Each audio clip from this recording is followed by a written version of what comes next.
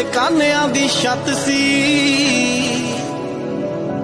ਜਦੋਂ ਕੁੱਕੜ ਨੇ ਵਾਂਗ ਦੇਣੀ ਖੁੱਲ ਜਾਂਦੀ ਅੱਖ ਸੀ।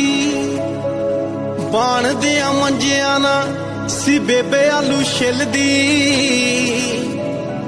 ਕੁੰਡੇ ਵਾਲੀ ਚਟਣੀ ਸੀ ਖਾ ਕੇ ਰੂਹ ਖਿਲਦੀ। ਸੰਦੂਕ ਤੇ ਪੜੋਲੀਆਂ ਘਰਾਂ ਦੇ ਸ਼ਿੰਗਾਰ ਸੀ। ਬੱਗੇ ਬਲਦਾਂ ਦੀ ਜੋੜੀ ਨਾਲ ਪੁੱਤਾਂ ਜਿੰਨਾ ਪਿਆਰ ਸੀ। ਵੇਖ ਪਰਛਾਵਿਆਂ ਨੂੰ ਟਾਈਮ ਦੱਸ ਦਿੰਦੇ ਸੀ। ਉਹ ਲੌਡੇ ਵੇਲੇ ਗੁੜ ਵਾਲੀ ਚਾਹ ਰੱਖ ਦਿੰਦੇ ਸੀ।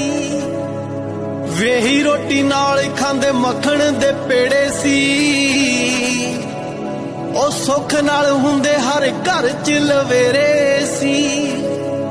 ਮੱਕੀ ਦੀਆਂ ਰੋਟੀਆਂ ਤੇ ਗੰਦਲਾਂ ਦਾ ਸਾਗ ਸੀ।